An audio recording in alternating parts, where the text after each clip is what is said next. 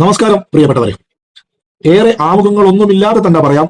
ഈ വീഡിയോ ചെയ്യാനുള്ള പ്രധാന കാരണം ഈ വീഡിയോയിൽ കാണുന്ന ഈ ഇബിലീസ് പറഞ്ഞ ചില കാര്യങ്ങൾക്കുള്ള മറുപടിയായിട്ടാണ്. ഒരുപക്ഷെ ഈ വീഡിയോയ്ക്ക് ദീർഘം കൂടിയേക്കാം. ഈ ഒരു വീഡിയോ കൊണ്ട് ഇതിനുള്ള മറുപടി തീർന്നില്ല എന്നിരിക്കാം. അങ്ങനെയെങ്കിൽ ചിലപ്പോൾ പാർട്ടായിട്ട് ചെയ്യേണ്ടി വരും. 2, 3, 4 ഘട്ടങ്ങളായിട്ട് ചെയ്യേണ്ടി വരും. ഇവൻ തലയിൽ തൊപ്പിയുള്ളത് കൊണ്ടോ, ഇവൻ താടി വെച്ചിരിക്കുന്നത് കൊണ്ടോ, ഇവൻ മുസ്ലിം ആയതുകൊണ്ടോ ഇവനെ മൊയ്ലിയാരെന്നോ ഉസ്താദെന്നോ വിളിക്കാൻ എന്റെ നിലപാടുകൾ അനുവദിക്കുന്നില്ല. അള്ളാഹുവിന്റെ ദീനിന് വേണ്ടി ദീൻ പഠിക്കുകയും ദീൻ പ്രചരിപ്പിക്കുകയും ചെയ്യുന്ന മതപണ്ഡിതന്മാരെ സ്നേഹപൂർവ്വം ബഹുമാനപൂർവ്വം മാറ്റി നിർത്തിയിട്ട് ഈ പറയുന്ന ഇബിലീസിന് കുറെ മറുപടികൾ കൊടുക്കാനുണ്ട്. ഇവന്റെ ഈ വീഡിയോ ഏതാണ്ട് 22 മിനിറ്റോളം ഉണ്ട്. അതിൽ 20 മിനിറ്റും അവൻ കമ്മ്യൂണിസ്റ്റ് വിരുദ്ധതയാണ് പറയുന്നത്. എന്റെ നിലപാട് വെച്ച് നോക്കിയാൽ പച്ച തന്തയില്ലായ്മയാണ് ഈ ഇബിലീസ് പറയുന്നത്. ഞാൻ കൂടുതൽ സംസാരിച്ച് നിങ്ങളെ മുഷിപ്പിക്കുന്നില്ല. അവന്റെ ആ 20 മിനിറ്റുള്ള വീഡിയോ ഞാൻ പാർട്ടായിട്ട് ഇതിൽ കൂട്ടിച്ചേർക്കുകയും അതിനുള്ള മറുപടി പറയുകയും ചെയ്യാം. ആദ്യം അവൻ പറഞ്ഞ ചില കാര്യങ്ങൾക്കുള്ള മറുപടി കൊടുത്തിട്ട് ഈ ഇബിലീസിനോട്, അല്ലെങ്കിൽ പാണക്കാട് കുടുംബത്ത് ഇവന്റെ നട്ടലും തലച്ചോറും പണയം വെച്ചിട്ട് ആമാശയം ഈർപ്പിക്കാൻ വേണ്ടി പബ്ലിക് പ്ലാറ്റ്ഫോമിൽ വന്ന് ഇതുപോലെ തന്തയില്ലായ്മ പറഞ്ഞ ഇവനോട് ചില കാര്യങ്ങൾ തിരിച്ചങ്ങോട്ട് ചോദിക്കാനും ഉണ്ട്. അതും നമുക്ക് ചോദിക്കാം. എന്തായാലും ആദ്യം നമുക്ക് അവന്റെ ആ ഒരു ആമുഖം കേട്ടിട്ട് നമുക്ക് തിരിച്ചു വരാം. സത്യാന്വേഷികളായ സുഹൃത്തുക്കളെ, ഇതൊരു രാഷ്ട്രീയ ചർച്ചയല്ല. Congress, BJP, League, communist party പൂർണ്ണമായും ഒരു രാഷ്ട്രീയ ബേസിൽ നിന്നുകൊണ്ടുള്ള ഒരു സംസാരമല്ല. അതേസമയത്ത് ഇന്ത്യയിലെ ഒരു പൗരൻ എന്നുള്ള നിലക്ക് നമ്മുടെ ചുറ്റിലും നടക്കുന്ന രാഷ്ട്രീയ വിഷയങ്ങളെ നോക്കിക്കാണാനും സ്വന്തമായ അഭിപ്രായങ്ങളും നിരൂപണങ്ങളും പറയുവാനുമുള്ള സ്വാതന്ത്ര്യം ഉള്ളതുകൊണ്ട് തന്നെ ഒരു പൗരൻ എന്നുള്ള നിലക്ക് നിരീക്ഷിച്ചിട്ടുള്ള ചില കാര്യങ്ങളാണ് ശ്രദ്ധയിൽപ്പെടുത്തുന്നത്. അതോടൊപ്പം മതരംഗത്ത് പ്രവർത്തിക്കുന്ന ഒരു വ്യക്തി എന്നുള്ള നിലക്കും മതവുമായി പല വിഷയങ്ങളിലും ബന്ധമുള്ള ഒരു കാര്യം എന്നുള്ള നിലക്കാണ് ഈ ഒരു വിഷയം ഇവിടെ കൈകാര്യം ചെയ്യുന്നത്. ഇത് തീർത്തും എൻ്റെ വ്യക്തിപരമായ നിരീക്ഷണങ്ങളും വ്യക്തിപരമായ അഭിപ്രായങ്ങളുമാണ്. ഒരു പൗരൻ എന്നുള്ള നിലക്കും കാര്യങ്ങളെ നിരീക്ഷിക്കുന്ന ഒരു വ്യക്തി എന്നുള്ള നിലക്കും ഇത്തരം വിഷയങ്ങളിൽ സ്വതന്ത്രമായ വ്യക്തിപരമായ അഭിപ്രായങ്ങൾ പറയാനുള്ള സ്വാതന്ത്ര്യം ഉണ്ട് എന്നതുകൊണ്ടുമാണ് ഈ വിഷയം പറയുന്നത് എന്നുകൂടി പ്രത്യേകം ഓർമ്മപ്പെടുത്തുന്നു. ഇത് ആമുഖമായി നിങ്ങളുടെ ശ്രദ്ധയിൽപ്പെടുത്തുകയാണ്. അതല്ലാതെ കോൺഗ്രസ്, BJP, ലീഗ്, കമ്മ്യൂണിസ്റ്റ് ചർച്ചയല്ല എന്ന് പ്രത്യേകം നമ്മൾ ഇതിനെ മനസ്സിലാക്കണം. ആമുഖം കേട്ടല്ലോ. ഇതൊരു രാഷ്ട്രീയ ചർച്ചയല്ല. അവൻ മതപരമായ കാര്യങ്ങൾക്കുള്ളിൽ നിന്നുകൊണ്ടാണ് ഇവൻ ഈ ചെറ്റത്തരമൊക്കെ പറയുന്നത്. അതാണ് അവൻ. അപ്പൊ അതേ രീതിയിൽ തന്നെ ഞാനും പറയുന്നു, ഇതിലാരും രാഷ്ട്രീയം കൂട്ടിച്ചേർക്കണ്ട. ഇത് ഞാനും ഒരു മുസ്ലിം മത വിശ്വാസിയാണ്, അവനും ഒരു മുസ്ലിം മത വിശ്വാസിയാണ്. അപ്പോൾ മതപരമായ കാര്യങ്ങൾക്ക്, അവൻ പറഞ്ഞ കാര്യങ്ങൾക്ക് അതേ രീതിയിൽ തന്നെ ഞാനും മറുപടി കൊടുക്കാം. ഇനി അവന്റെ കമ്മ്യൂണിസ്റ്റ് വിരുദ്ധത തലച്ചോറിൽ ആൾക്കാരുടെ മനസ്സിൽ പതിയാൻ അവൻ എഴുതി വെച്ച് പറഞ്ഞതിൽ ആദ്യത്തെ കാര്യം നമുക്കൊന്ന് കേട്ടിട്ട് തിരിച്ചു വരാം. വിശ്വാസമായി ആളുകളുടെ മനസ്സിൽ വേരൂന്നിയിട്ടുണ്ട്. അത്തരം ആളുകളോട് അവരുടെ കണ്ണു തുറപ്പിക്കുവാൻ വേണ്ടിയും അവർ ചിന്തിക്കുവാൻ വേണ്ടിയും അത്തരം അന്ധവിശ്വാസങ്ങളിൽ നിന്ന് അവർ മാറി നിൽക്കാനും വേണ്ടിയാണ് ഈ ഒരു സംസാരം. അതല്ലാതെ കമ്മ്യൂണിസ്റ്റ് പ്രസ്ഥാനത്തിനെതിരെയുള്ള ഒരു സംസാരമല്ല. മറിച്ച് ഇത്തരം ചില അന്ധവിശ്വാസങ്ങൾ അവർ മാറ്റിയേ മതിയാകും. അതിന് ചില പോയിന്റുകൾ ഞാനിവിടെ പറയാൻ പോവുകയാണ്. ആ പോയിന്റുകളൊക്കെ ഞാൻ എഴുതിയെടുത്തിട്ടുണ്ട്. ആ എഴുതിയെടുത്തത് വായിച്ചിട്ട് ഞാൻ അങ്ങനെ പോകും. അതിലൂടെ നിങ്ങൾ കാര്യം മനസ്സിലാക്കുക. അതിൽ ഒന്നാമത്തത് നിങ്ങൾ ചിന്തിക്കാൻ വേണ്ടി പറയുന്ന കുറച്ച് പോയിന്റുകളാണ്. ഒന്ന്, RSSന്റെ ഏറ്റവും കൂടുതൽ ശാഖകളുള്ളത് UP കഴിഞ്ഞാൽ പിന്നെ കേരളത്തിലാണ്. ഏകദേശം 6845. ഇത് പുതിയ കണക്കല്ല, പഴയ കണക്കാണ്. ഇപ്പോൾ അതെത്രയാണ് എന്ന് അറിയില്ല. ദ ഹിന്ദു പത്രത്തിൽ വന്ന വാർത്ത അനുസരിച്ച് കേരളത്തിൽ RSSന്റെ ശാഖകൾ ധാരാളമായി വളരുന്നു. അതുകൊണ്ട് തന്നെ നോർത്ത്, സൗത്ത് എന്നുള്ള ഡിവിഷനുകളാക്കി അതിനെ മാറ്റിയിട്ടാണ് അതിൻ്റെ മറ്റു കാര്യങ്ങൾ കൈകാര്യം ചെയ്യുന്നത്. അത്രമാത്രം ശാഖകൾ കേരളത്തിൽ വർദ്ധിച്ചിരിക്കുന്നു. ഇതിൽ നിന്ന് വളരെ വ്യക്തമാണ്, CPM ഉണ്ടെങ്കിലും ശരി, കമ്മ്യൂണിസ്റ്റുകാരുണ്ടെങ്കിലും ശരി, അവർ ഭരണത്തിലുണ്ടെങ്കിലും ശരി, ഭരണത്തിൽ ഇല്ലെങ്കിലും ശരി, RSSന്റെ വളർച്ചയെ തടയാനോ BJPയുടെ വളർച്ചയെ തടയാനോ അവർക്ക് സാധിച്ചിട്ടില്ല എന്നുള്ളതാണ്. അതുകൊണ്ട് അവരുണ്ടെങ്കിൽ RSS വളരില്ല, അവരുണ്ടെങ്കിൽ BJP വളരില്ല എന്നുള്ളത് ഒരു വിഡ്ഢിത്തവും ഒരു അന്ധവിശ്വാസവും മാത്രമാണ്. യാതൊരു അടിസ്ഥാനവും അതിനില്ല.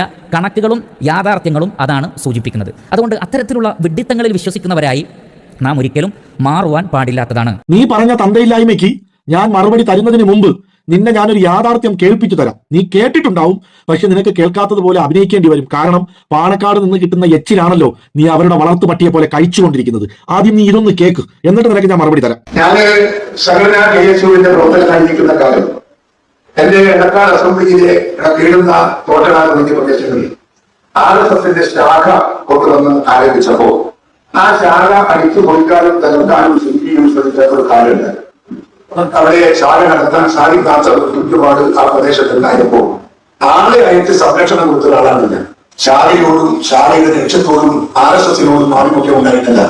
ഒരു ജനാധിപത്യ അവകാശം നിലനിൽക്കുന്ന സ്ഥലത്ത് ഒരു മൗലിക അവകാശം തകർക്കപ്പെടുന്നത് നോക്കി നിൽക്കുന്നത് ഒരു ജനാധിപത്യ വിശ്വാസിക്ക് ഗുണകരമല്ല എന്ന തോന്നലാണ് എന്നെ അതിന് പ്രേരിപ്പിച്ചത്. എല്ലാരും കേട്ടു, നീയും കേൾക്കണം. നീ പറഞ്ഞത് ശരിയാണ്.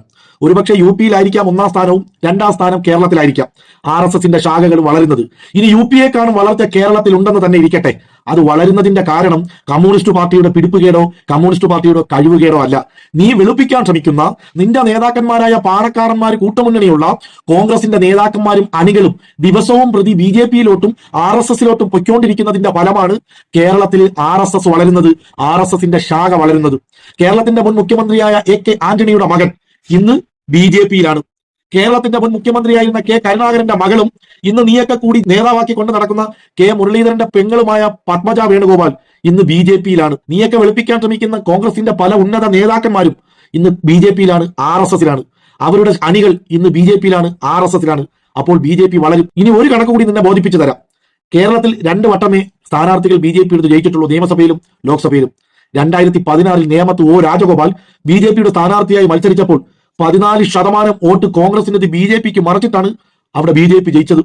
2021 നടന്ന തിരഞ്ഞെടുപ്പിന് മുന്നേ കേരളത്തിന്റെ പ്രിയപ്പെട്ട മുഖ്യമന്ത്രി കമ്മ്യൂണിസ്റ്റുകാരനായ സഖാവ് പിണറായി വിജയൻ പറഞ്ഞിരുന്നു, ഈ ഇലക്ഷൻ കഴിയുമ്പോൾ ആ അക്കൗണ്ട് ഞങ്ങൾ പൂട്ടിക്കുമെന്ന്. ആ അക്കൗണ്ട് ഞങ്ങൾ പൂട്ടിക്കുകയും ചെയ്തു.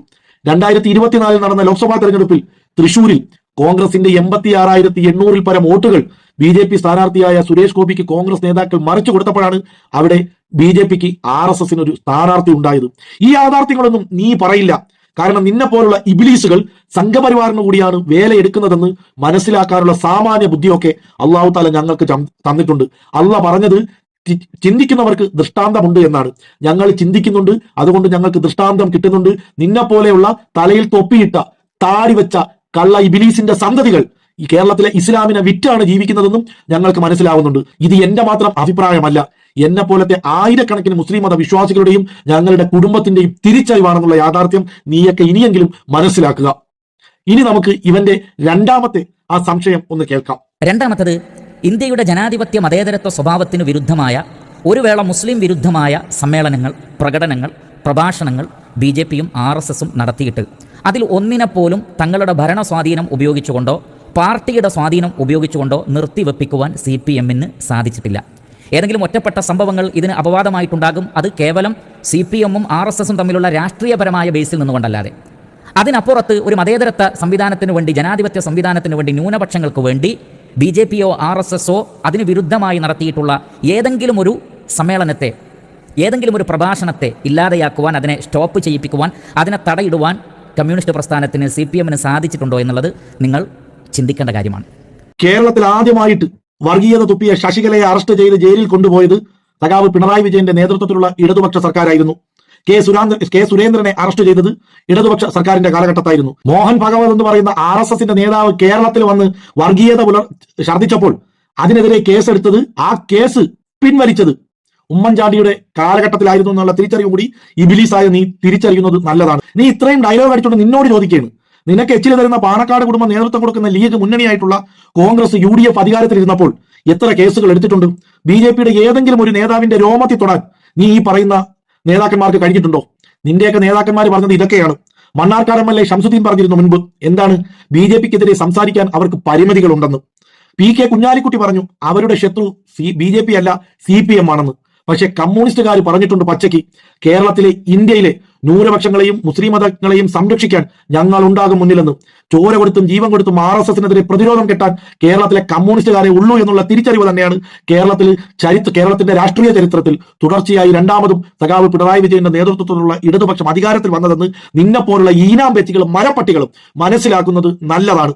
മൂന്നാമത്തത്, മുസ്ലിമീങ്ങൾക്കെതിരെയും ന്യൂനപക്ഷങ്ങൾക്കെതിരെയും വർഗീയ വിഷം തുപ്പുന്ന വളരെ മോശമായ പ്രഭാഷണങ്ങൾ നടത്തിയിട്ടുള്ള RSSന്റെ BJPയുടെ പ്രഭാഷകന്മാർക്കെതിരിൽ ഒരു നിയമ നടപടിയും സ്വീകരിച്ചിട്ടില്ല. നിങ്ങൾക്ക് ശ്രദ്ധിച്ചാൽ കാണാൻ സാധിക്കും, അങ്ങേയറ്റം വർഗീയത പറയുന്ന ആളുകൾ ഇന്നും യാതൊരു കേസുകളുമില്ലാതെ വിലസുകയാണ്. എന്നാൽ മുസ്ലിമീങ്ങളുടെ ഭാഗത്ത് നിന്ന് തീർത്തും ന്യായമായ കാര്യങ്ങൾ പറഞ്ഞാൽ അതിന് മതപരമായ പശ്ചാത്തലമുണ്ടെങ്കിൽ, ഏറ്റവും ഒടുവിലത്തെ ഉദാഹരണമാണ് TK അഷ്റഫ് സാഹിബിനെതിരെയുള്ള നടപടി. അവർക്കെതിരിൽ നടപടിയെടുക്കുവാൻ CPM വളരെയധികം ധൃതി കാണിക്കുകയും ചെയ്യുന്നു. അവരെ വർഗീയവാദികളായോ തീവ്രവാദികളായോ മതമൗലികവാദികളായോ ചിത്രീകരിക്കുവാൻ അവർക്ക് യാതൊരു പ്രയാസവുമില്ല. ഇതൊരു യാഥാർത്ഥ്യമല്ലേ എന്ന് നിങ്ങൾ ചിന്തിക്കുക. 4, RSS നടത്തിയിട്ടുള്ള ഒട്ടനവധി മുസ്ലിം കൊലപാതകങ്ങൾ, ഈ കൊലപാതകങ്ങളിൽ പൂർണ്ണമായ ശിക്ഷ പ്രതികൾക്ക് നൽകുവാനോ ആ വിഷയത്തിൽ പൂർണ്ണമായ നീതി നടപ്പിൽ വരുത്തുവാനോ ഭരണമുണ്ടായിട്ടും പോലീസ് സംവിധാനങ്ങളെല്ലാം കൈകളിലുണ്ടായിട്ടും CPMന് സാധിച്ചിട്ടുണ്ടോ?